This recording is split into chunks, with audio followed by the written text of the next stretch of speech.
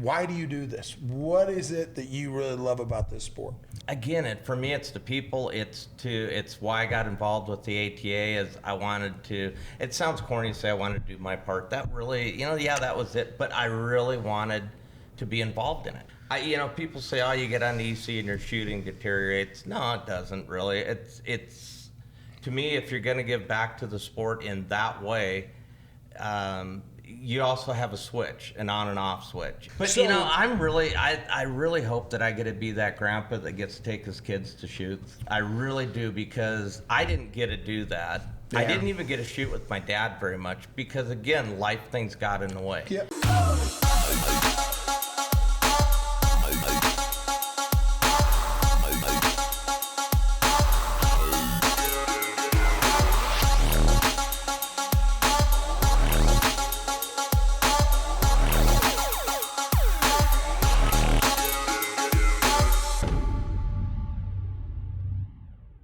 Welcome to another episode of Trap Talk. I've got my co-host Richard Marshall Jr., myself, Zach Nannini, and our good friend, Mr. Jeff Wagner. Welcome to the show, everyone. Thanks for having me.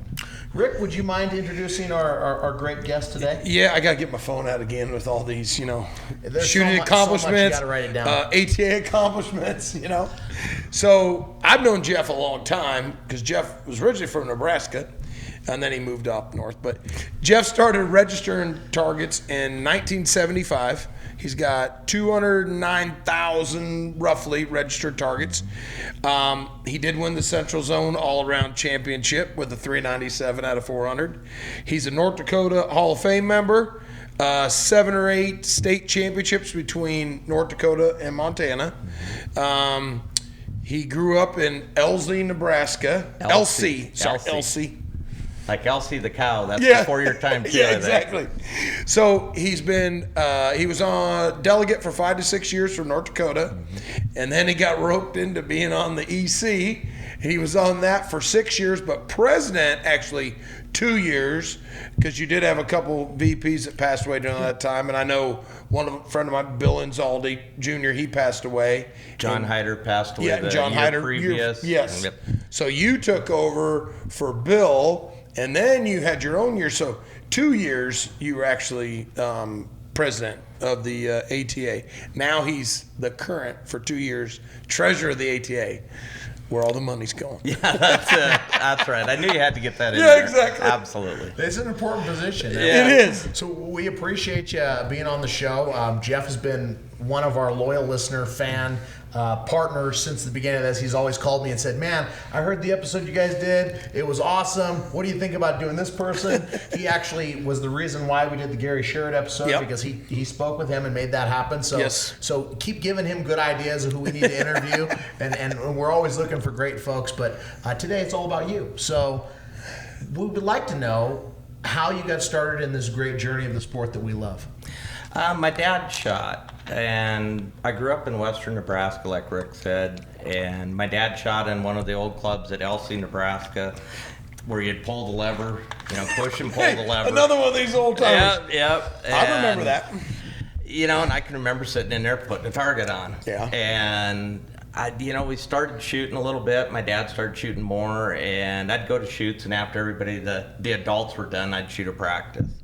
And I kind of grew up around the North Platte Gun Club, where all the cool things happen, like the Blue Gray. Blue Gray started there. Yes. Yep. And that's kind of that was the impetus to bring Blue Gray back.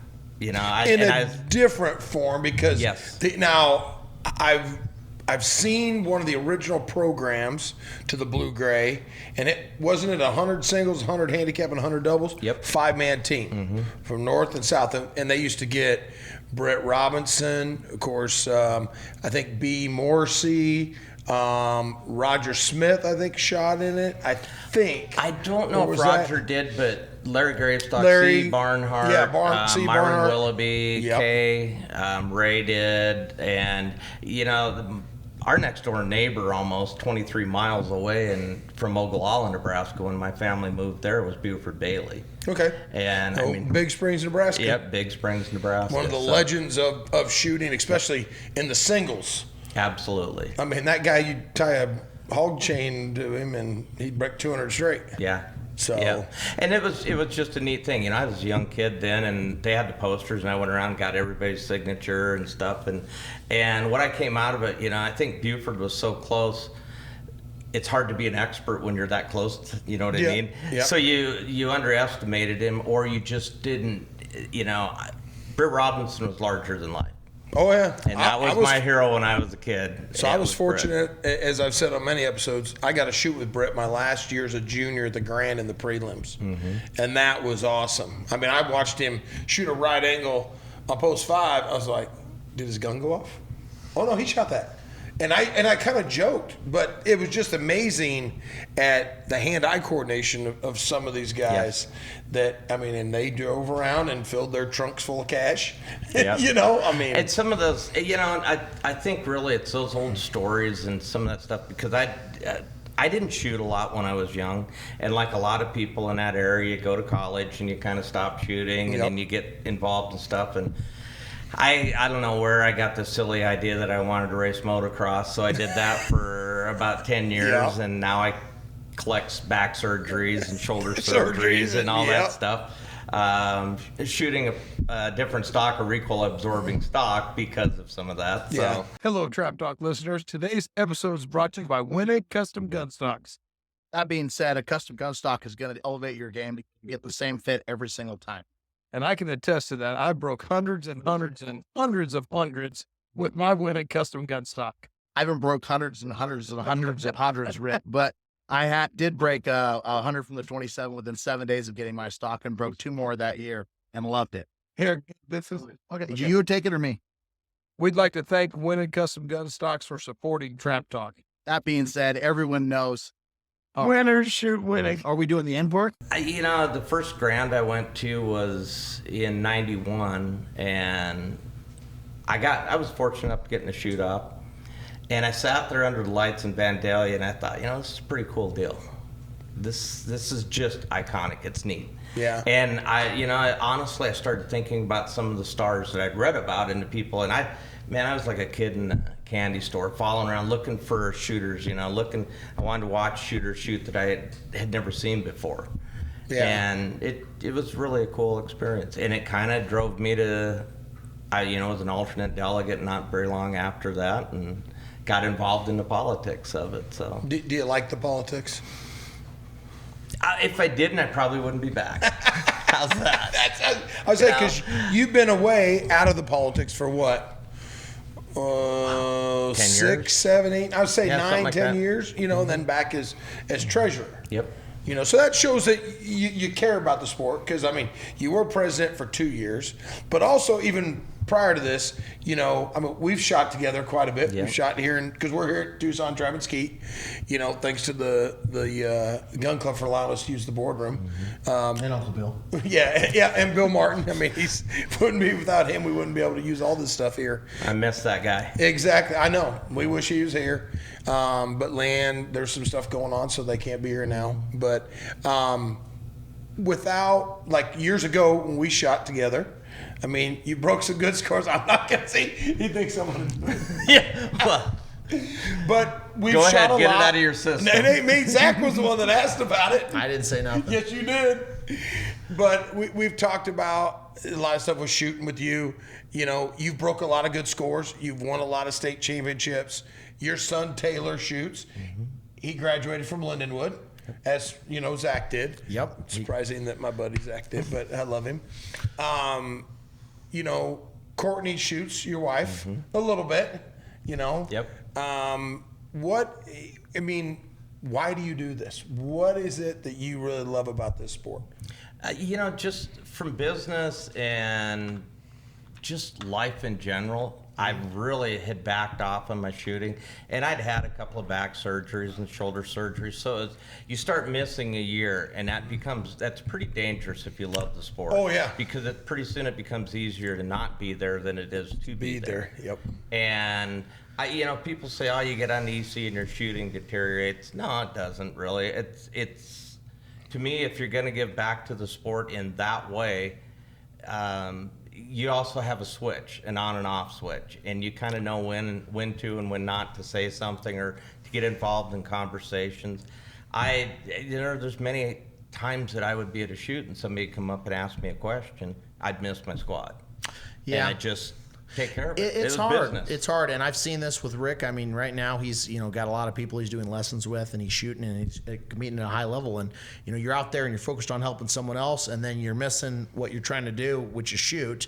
And I know that just being, I ain't missed no squads yet. well, not yet. I mean, but only it does distract at some level. And the other thing is I can attest to, since we've started this podcast, it's been more involvement in shooting, not less involvement, because not only are we shooting, but now we're thinking about, okay, who are we going to interview next? What questions are we going to ask? And then we start talking about it, and it keeps your mind always on trap shooting, which I think that's a good thing. Shooting in general, though. I mean, we're getting texts and calls. I know Zach is. I know, John, our production manager, he runs all the Instagram stuff. He's getting bombarded with messages because people are excited. They're hearing stuff. They're listening to some of these, interviews that we've done. Even like Gary Sherrod. I mean, he's shot longer than both of us alive, Well, yeah. But, and then we did the one with Jerry Williams yesterday, and he's a long-time shooter, made multiple category, all open, junior, was it sub-vet, vet, and senior vet. All the categories. So that just shows that, and longevity. I've been The fortunate. longevity. I've been doing this since I was 13, 36 years I've been shooting. I've seen a lot of people, friends, squad mates that have passed away. But like you were talking about, let's go back to with Buford. You just kind of, he's around. I shot with my coach mentor, Frank Hoppy. Same deal. Yeah. It was like the wow factor. And then it got to be where when you're shooting with him, it was like, oh, okay, he's your squad mate. Even though he's a legend. And then it got to be and I think that's what helped me out a lot, is then I was fortunate enough to start shooting with Leo. Yeah. And then it was, you knew like, hey, you're high on the squad. You're gonna you be can all win right. the event. You're gonna be all You're right. going to be okay. And that's kind of how, and that's why I love to, different squads. We have a squad like out here. It's, me, Rich Bullard, Wyatt Debris, Zach, and then Justin Debris. Justin and I shoot together all over. I'm on 1, he's on 5. Whoever's in the middle, whatever. It's the mix. But we have fun, and that's where some people have asked me. They're like, "Well, does that bother you shooting with certain?" No, but Just with me. yeah. You see squads that kind of evolve, and then some that revolve. Yeah. And all of a sudden, a shooter. I don't know of any personally where shooters hit a slump and somebody's just like X's them off the squad. No, it's not that. It's just that sometimes you're there constantly. Yeah. And you eat together. Oh, yeah. It's you your shoot together. buddies. Yes. And it's a competitive sport. And that starts to grind and starts to wear on you. I used to shoot a lot in North Dakota with Jason Folvag, who you guys had on earlier. And, every shot was like a shoot-off. You'd shoot, and you just knew he's one. That's the guy. You'd want to beat him, and Well, especially if you're in state with the guy, right? Absolutely. Like if you're in the same state with the guy that you're trying to beat at your state shoot, and you're a high level competitor. I mean, that would be like, holy crap, that's the guy I got to beat right there. Versus, these satellites, it's wide open everywhere. But in my state, I mean, I don't know if I'd want to shoot with the other guy that I'm competing with necessarily, but I do sometimes. And it doesn't really matter, I guess, but it's your mindset and your thought on it. That's the problem with the shooters now, is they worry about stuff like that. You're thinking about it. In Nebraska State shoot I shot, I'm leading off, Tom Buck's been on 2, Frank Hoppy was on, or JD Overstreet was on 3, and Frank was on 4. Well, who was the 2 competitors in state? Was Tom and Frank. And it was, we'd kind of rotate who'd win this, and it was great. But it didn't bother me. And that's where, when people start thinking, like I always tell people, and all my students have listened to this before, if you go out thinking that if you're my competitor, you're mistaken. It's yourself. The competitor is yourself. Because if you go out and you break every target, You win. no, you can only be tied. The shoot-off's where it matters. Well, if you break all those too, then you win. Well, yeah, like Dagan Voigtman. Yeah, you just hit all of them. Yeah, just run 800 straight. Dagging it, and then you don't have to worry about ever losing. Well, and I think a lot of people get caught up in, they're shooting with their friends, and because they're so close, and it's like, he missed when I got him. That's the most dangerous thought in trap shooting. It doesn't matter if it's a shoot-off or it's first target in singles or whatever in an event. And, the friendships that I made with the people I shot with, I used to shoot a lot with Dan Campbell. With Jesse Molstry. Jesse traveled with me many summers. Good kid. And won a lot of stuff. Yeah, and I mean, Lyndon went alone. He went to Lyndon. Jay Moles. Yep. Jesse actually went to North Dakota and shot the state shoot this year for the first time in probably 15 years. Yeah, probably. I was going to say. Yeah. I'll have to hit him up. Yeah. He was coming in. He was leaving Lindenwood when I was coming into Lindenwood, but he was always a good guy.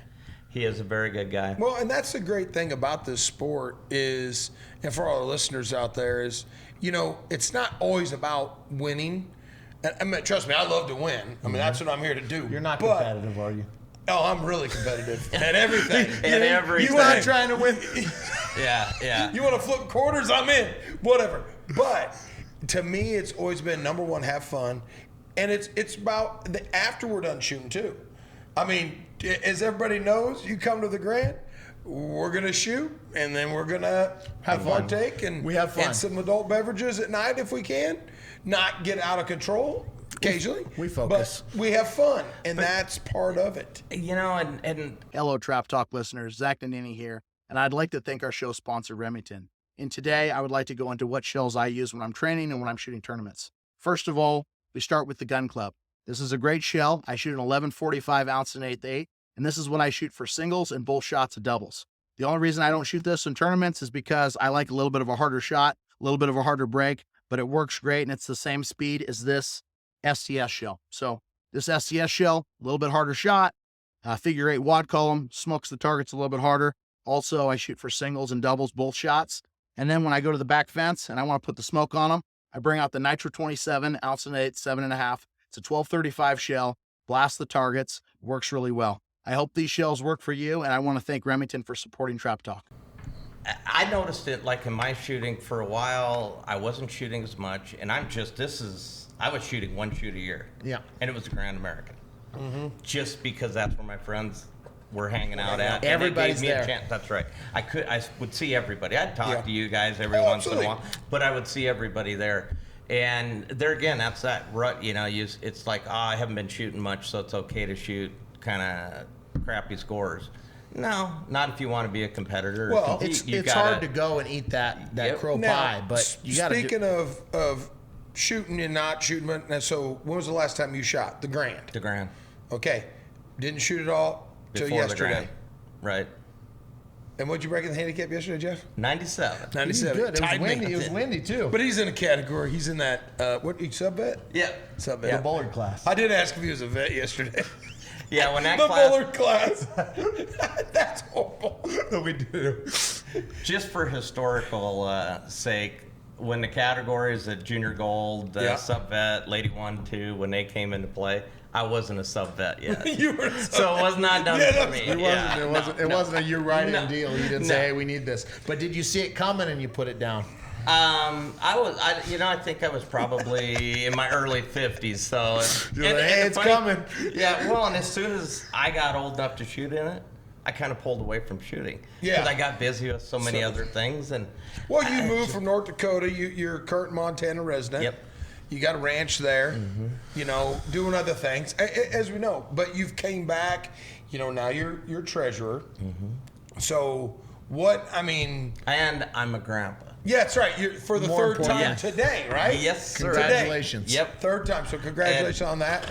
That's your oldest daughter, your only daughter. Yep, my only daughter. Her and her husband Matt had a little boy this morning at around 8 o'clock, and she is 1 week early.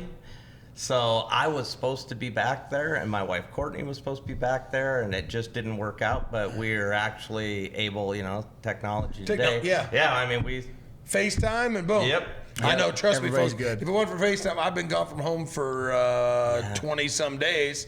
I FaceTime the wife, kid, both boys. Of course, Trey, he's 23, but he's always, all day long, FaceTime. I'm like, I'm shooting. Oh, okay. It is. And, I would say I don't get to spend as much time as I would like to with the 3 grandsons now, but Andy and Owen are my other 2 grandsons, and they're just cool kids. And the Now, thing how that old are they? 9 and 6. So 9, 6, Almost 10 and 6. Yeah. and 24 hours. Yep, not even 24 Not even hours. 24 hours. Not even 12 16, hours, yeah. Or 12 hours. Yeah, not even 12. Yeah. And 8 hours. But So- you know, I really hope that I get to be that grandpa that gets to take his kids to shoots. I really do, because I didn't get to do that. I Yeah. didn't even get to shoot with my dad very much because, again, life things got in the way. Yeah. 100%. And you just You're a successful business guy, though. I mean, you've worked very, very hard, and you've been around trap shooting, but you're not the kind of person that's only done one thing. You've done a lot of things, and that shows that this sport is powerful enough to pull you back into it, even after a period of time. And I think that's something that's really special. And you know, for me, it's the people. It's why I got involved with the ATA. Is I wanted to. It sounds corny to say I wanted to do my part. That really, yeah, that was it. But I really wanted to be involved in it. I Try to help. respected it, and and I mean, I'm really involved in the history side of it. I love the history of it. I've bought entire collections of Trap and Field and stuff. And literally on a cold winter night, we'll sit down and read some of them. Just start going back. I've got I every love that. Trap and Field from 1988 to 2007, I think. Or 2008, something like that. And Jody one time goes, "What is it we were moving?" She's like, "What is in these boxes?" Trap and Field, And I baby. go, "Trap." She's like, "What?" And I actually had to get a buddy of mine of me to lift one of them. It was about for me to you. It was heavy. They're heavy. Oh yeah. Yeah. Well, but it's cool to go through and look at, because so this is how I would figure out the All-American team stuff years ago. I'd go back through every issue. Look, okay, they won the okay. That was before all the good technology. Yeah. Now Yeah. you just get online and and look. It's a lot different now than it was. I think Exactly. people are a little more spoiled, but I think you got to get back to the nostalgia of the paper magazines and like looking it up that way. I think now that people are doing everything instantaneously, oh, I know who won, boom, boom, boom, boom, done, and it's not drawing them in as much. And I think that that's an opportunity, because I mean, it's really cool to open up the magazine and see an article written about you, or see, hey, I won this trophy, Yep. or Yep. or cut it out and frame it. I mean, when I was first few things I won, I remember my mom would cut it out and she'd Oh, make yeah. a little thing, and it'd be a big deal. And it was like C-class runner-up, and I'm like, Hey, yeah, I remember coming to your house and doing a clinic, and Zach got kicked out of his bedroom. Yeah, oh, yeah, And for Ricky, obviously. Yeah. But I That remember still seeing, something that was framed from him, something that he had won, and that's the cool stuff, though. Yeah. That And you get excited at the about. time, it means so much to you, and then you look back at it, and it's like, I don't even remember what that was or where that was. I mean, but everyone's level's a little different, and Yeah. and sometimes I think those first trophies that you win mean more than the big ones, because they're the ones that get you hooked. They're Yeah. the ones that bite you into the game. So we definitely want to focus on 2 things today. 1, talking more about your ATA role. 2, talking about your personal shooting career. So since we're kind of going on this and his involvement with the Trapshooting Hall of Fame. Well, he yeah. is a trustee for that too. So we got multiple things we can discuss. Let's too. get A little more. into the topics. With your ATA role as the trustee, what do you like that's going on in the ATA right now? What are you Treasurer. really treasure? Yeah. What are you excited about, and what's going well right now? You said, did you say treasure or treasure? See, some reason I don't know what it is, but I always say treasure. I keep I said the telling same people thing you it's said. a Western Nebraska accent. Treasurer. Yeah. Attaboy. See, I got you. Yeah. I'm an implant. Yeah, we got this. California, This land puts of a the whole fruits different and light nuts. on things.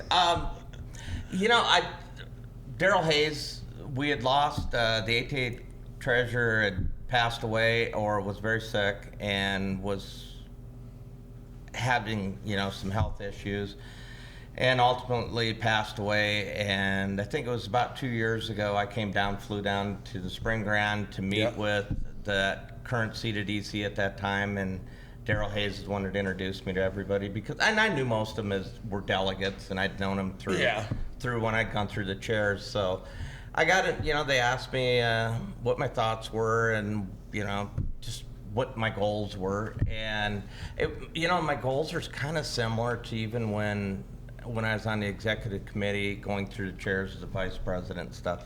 And it was, obviously do no harm to the association and to its members. Yep. And, and I remember, I can't tell you how many 200s I've shot or hundreds and doubles. I can tell you how many hundreds I don't have in a handicap. But I just wanted to get that out of the way. We won't ask about your Grand Slams today. Yeah.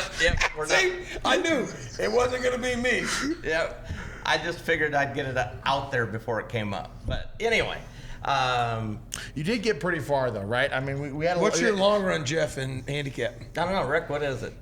was 97, wasn't it? Yeah, I think so. I think it was here in Tucson. It was here in Tucson. Yep. Shooting by me, and he missed it. I went, It happens. I mean, hey, does. it's not broke until you it's hit the like last Britt one. Robinson told me, and this is a fact. He said, a loss is a loss. Don't matter if it's the first one, a middle, or the last. It's still a loss. It don't matter. It don't matter. So late But it's they so- hurt, though. it does, trust me. When you've got 99 straight and you miss the last one, Done that. yeah, you're a chump. It Done feels that. bad. But But when you Leo- miss the first one, you're kind of a stud. Done that too. That looks good. Yeah, I did that missed shoot. the first one and broke 99. I did that with First Bill one out. Martin. ran him, no big I deal. did that with Bill Martin. He looked over. He said, "What'd you do?" And I go, "I wasn't ready." But it is. It does. Hey, It doesn't matter. I mean, you look at, and I don't keep track of that stuff. Yeah. But I look at some of the scores that I broke, and some of my most memorable ones were again because of the people I was shooting with. Yeah. I was shooting Wyoming State Shoot with Bill, Land, Pete, and Lori. Yep. It's a good squad. Yeah, we're Fun. having fun. That's a we're fun at Sheridan, squad. Wyoming. It's an awesome place to shoot. I wish they'd get the State Shoot back there, but I had a problem. There was a small problem closing things out every once in a while, and I was the last person to shoot, which put Bill too close to me. So I've got him in my ear. My last pair came out broken targets. And Bill's like, well, you might as well mark those lost. And Thanks, and then Bill. Pretty soon Pete's like, quit saying that. Well, they start conversing Arguing. back Oh, and yeah. forth. Yeah. And then I got a slow pull on the next pair. And Bill says, well, now we know he's dead meat, something to that effect. And then Leanne's like, would you shut up? And I'm just like, how's this going to work out? I broke the 100. Broke the pair. Got You the had 100. to. You had to at that point, and he put pressure on you. And it kind of stopped that little routine for a while, but those are things that are fun. Yeah. You're challenging yourself, and you're being challenged by your friends, and he wanted me to break them, I'm pretty sure. Oh, absolutely. He just. Well, yeah, It was fun. 100%. I think sometimes, and we mess with each other pretty good on our squad, but I think sometimes it's just refocusing them a little bit in some way. It's just like, hey, pay attention here. You just got shook up. Don't just go in and do it. When we're shooting, we're not. It's in between post. Rich Bullard always makes a comment if he's the only 5. Oh, could you reread those, please? The reread, yeah. Yeah, he does the reread all the time. But I always say, karma will get you. Yes, and it it did. does, Remember today? yeah. And it did. He walked over and missed 2. And I go, do we need to lower those for you, Rich? Because they were high, and he loves a high target. And I'm like, me, I go out, target flies up. Okay, we're shooting. Everybody's always looking down like, hey, we changing these. We were in front of you guys, so I was watching your squad behind us, and no wonder he likes high targets. He's tall. Yeah. Well, yeah. And his barrel's And his starting barrel- out yeah. up in the Like air. that, yeah. And I think it's just so the rain, if it ever rains in Nevada, it's going to run back in the receiver. You can just open it up and drain it. It's up there, but In 2023 here, we have done 37 state shoots, 7 of the 11 satellite grants. We're And almost there. So most of we now have, I think it's 241, 242 clubs across the country using our system. If a club was wanting to use you, do you have like a base entry level pricing or packages that you advertise, or is it based on the size of the shoots, Greg? Our base level price is 0. Our complete package system, the whole enchilada, is 0. 0 is a good It's a price. good price. It's good, yeah, it's a good Well, price. the premium members do not pay a pre-squad fee, ever. Yeah. For all year. All year. Can I buy a lifetime membership? Absolutely. Yeah, I was just gonna Gotta say. be at first. Is there a 5-year? I want to be number 1. Zach, We want lifetime memberships for me and Ricky. one thing I want to share is I had the opportunity to shoot with my daughter shot a little bit of registered targets. My son shot, and I had the cool thing of standing beside him when he broke his first 100. Yep. And then That was in Michigan. Michigan, yes. And then he left with Nathan Hofer and Nathan's grandpa. Yep. And went on a little cruise, and they went to Pennsylvania and Ohio State shoot. I went to Nebraska because I was on, that was in the central zone. It's something that was. Yeah, you required. Nebraska was always going home. Yep. So Taylor called me, and I think in the Friday singles he broke his second 100 down there. And then he called me and said, "Dad, guess what I did?" And then it's pretty soon, "How'd you do?" I said, "I broke 100 too." The next morning, championship singles, Taylor broke the first 100. He called me and told me what he had done, and, "Dad, how'd you do, by the way?" I said, "Oh, I broke that 100. No big deal. Taylor broke the next 100. Yeah. I think he was 13, and he called me, and I almost didn't want to tell him. Because it's like, this is his day, his moment. Yeah. And I did scratch and claw my way through it and got mine, but it was so cool because I missed that moment, but I think it was almost better for him because he was with his friends. And It is he sometimes better. Yeah, it was just a neat deal. And he might have been nervous with you right there. It's just a different experience. And I think, I have a dad and he shoots. And when we started shooting, I shot with him a lot.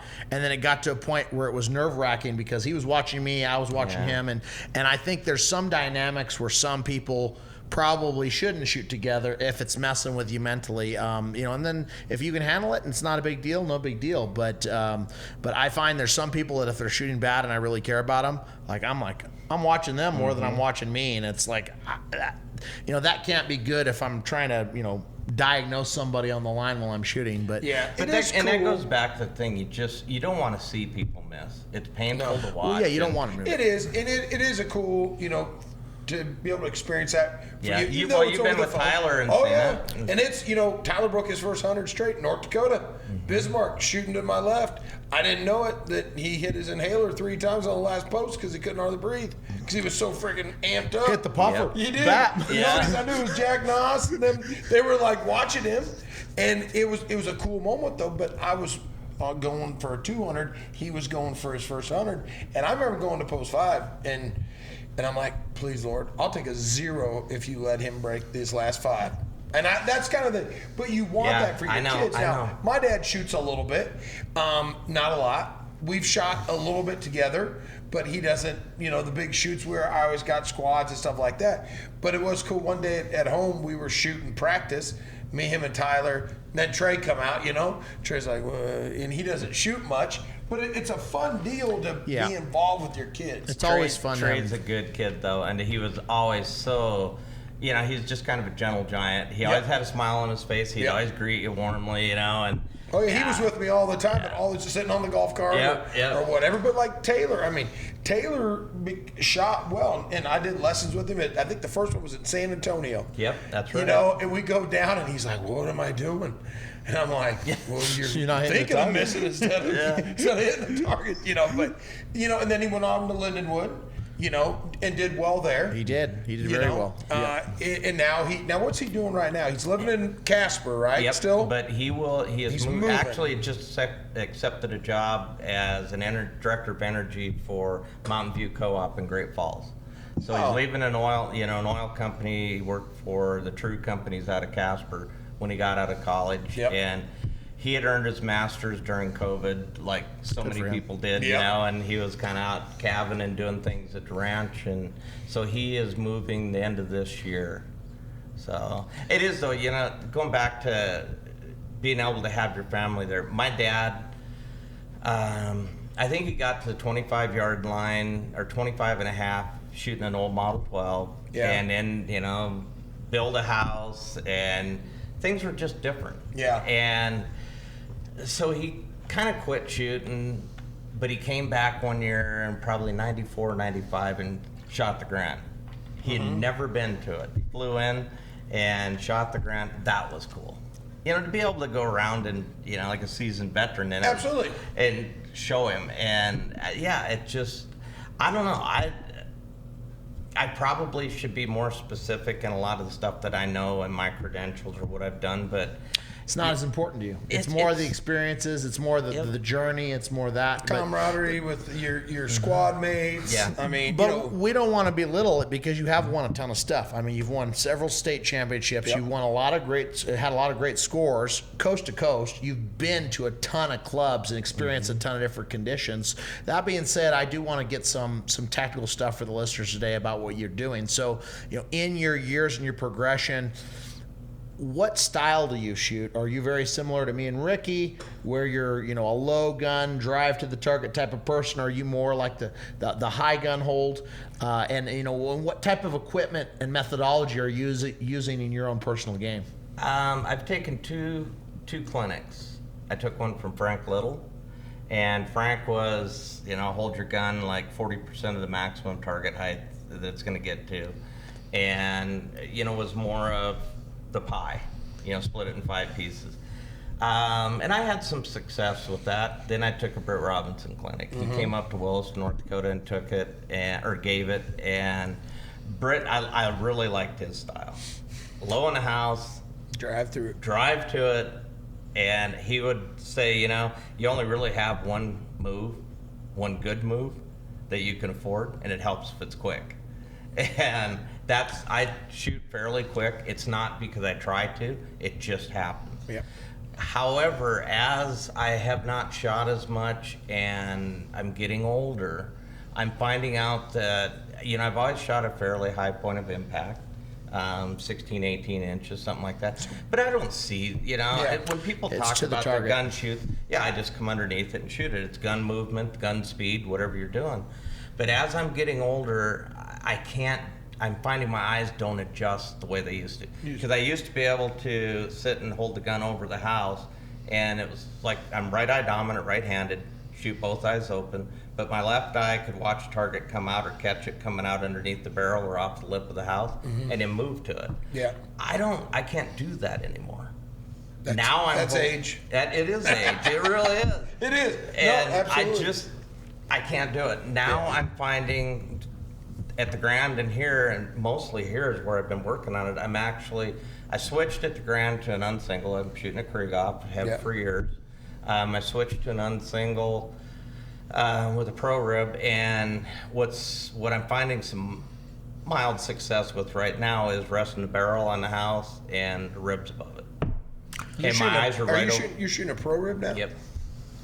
I just literally switched. I knew you switched to an unsingle on your K80. Yep. And as soon as the ground was over, I sent it to Chris Bendel to have a blinder put on it, and I came out here and started shooting it. So the hold of the rib is above. So you're probably, truly 4 or 5 feet above the house. Is that? No.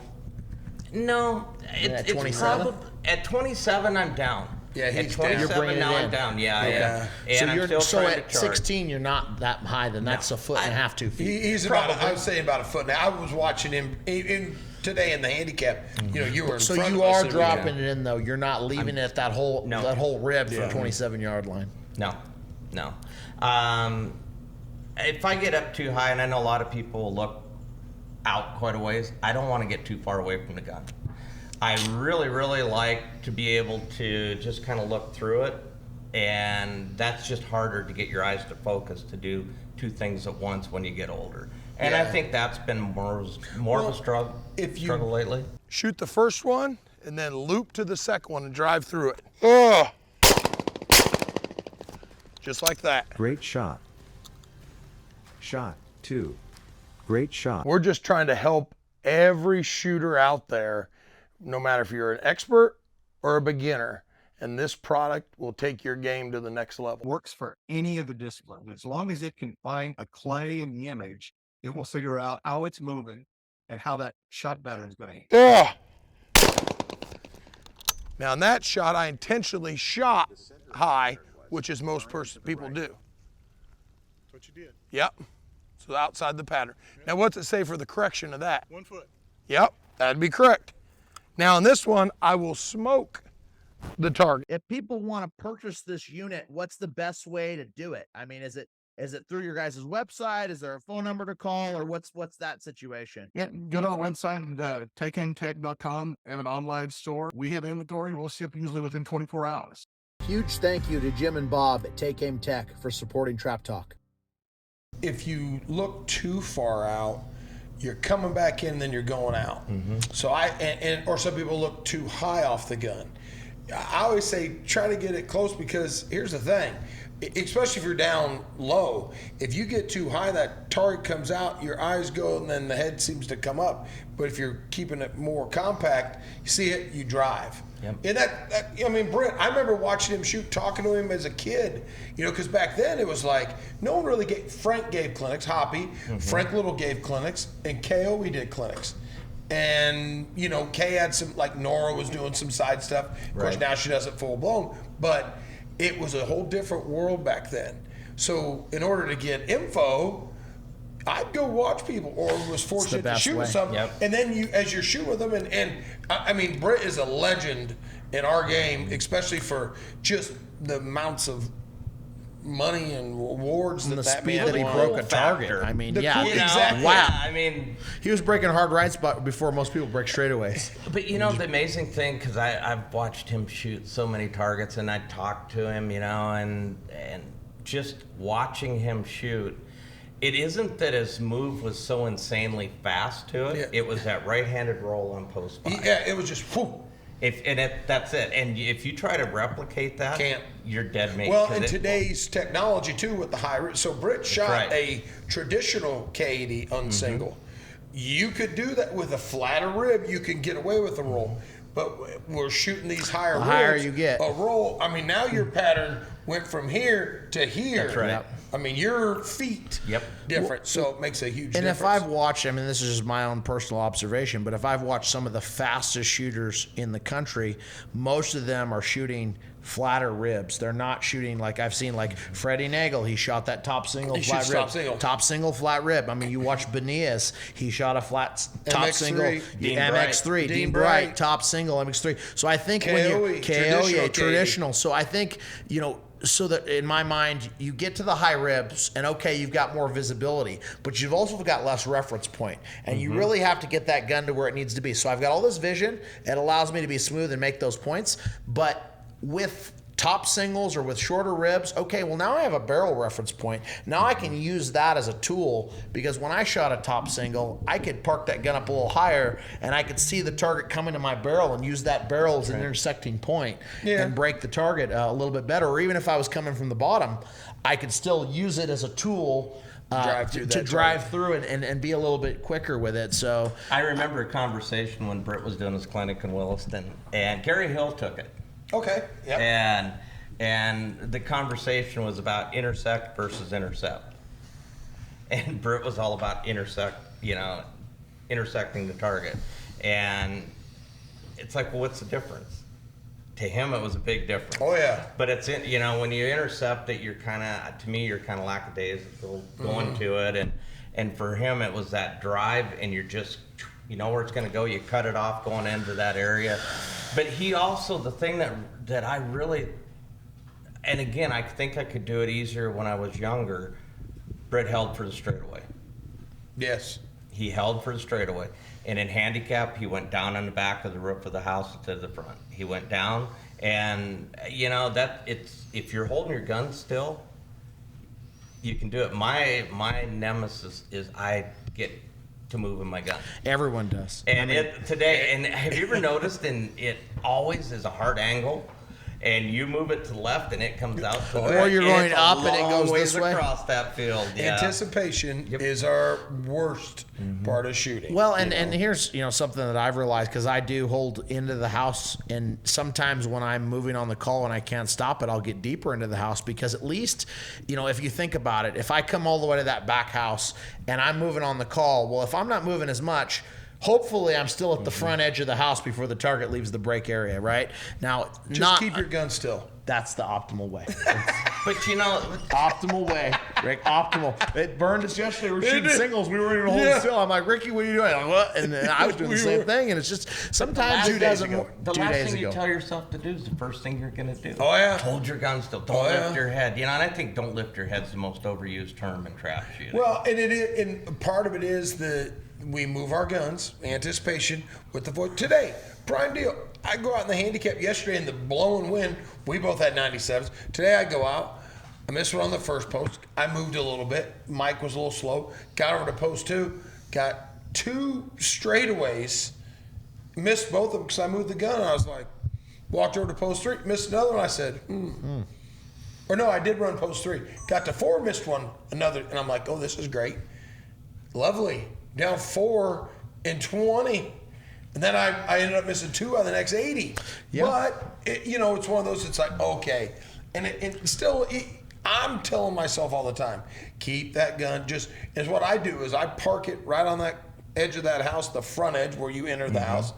And right there, and then I look just right through the bead, see that target, and then move. Catch it. That's the best way, especially keep it low, you can see the target. You got variable height you can control better on that target. If you're high, low, and you're in that same spot, you can watch it go up, you can watch it go down. I think that's a very, very deadly technique if used properly. But I think just to bring it up, as people shoot more and they get in a tempo, sometimes that moving on the call is more drastic. Like if you've been shooting a lot, 10, 20, 30 days, I find myself towards the last few days of the Grand after 14 days, moving on the call more, which is when you really don't want to do it. That's when you want to be like, okay, hold still. But like you do 2,600 times of pull, and you're going, and pretty soon you're just like, yep, where's the target? And then I think God gives you a no target one time, and you end up 5 feet up here, and you're like, oh, okay, well. Now I get it now, because until that happens, that's your warning, right? So think of the shooters. None of us were really around when the traps didn't have interrupters on them. Yeah. And if you know where that thing's going, I would have been dead meat. Because I would have already been up there trying. I've heard some stories and stuff, and I'm like, man. And I've shot on some old handsets that didn't. Yeah. And I was like, oh no way. Because you can't help it. You start to fall into that. I've shot him. Jerry Parr, and you probably haven't heard his name in a long time, but Jerry Parr, Dave Kelly, myself, and a few. There's some gun clubs in California that had non-interrupter, handsets. Yeah. And I'm telling you what, like they talk about like reading a trap. Like these guys could read them like I read a book. Just like boom, boom, boom. And I'm like, oh, Jerry didn't get a hard ride today at all. There was all right here. And then it was really bad because he'd feed Dave the lefts. He'd just feed them all. And Dave would be like, what you feed me? You feed me today? He's like, I don't know. That's just being California. It's just it's another level of trap drama, but it was. But today you set on the first trap. We shot it in front of you. Yeah. Then afterwards I broke a 21 in the first trap, and you said those were slow. That's the difference between you and a lot of other shooters is you recognize that. Yeah. And I just muddled through it. Yeah. But. Then I fixed it. Missed 2 out of that. But you know what I'm saying? Yeah. You figured it out, yeah. And shooters, I think, they're always looking for that one thing, whether it's changing guns and changing lenses and changing their tennis shoes or whatever. Yeah.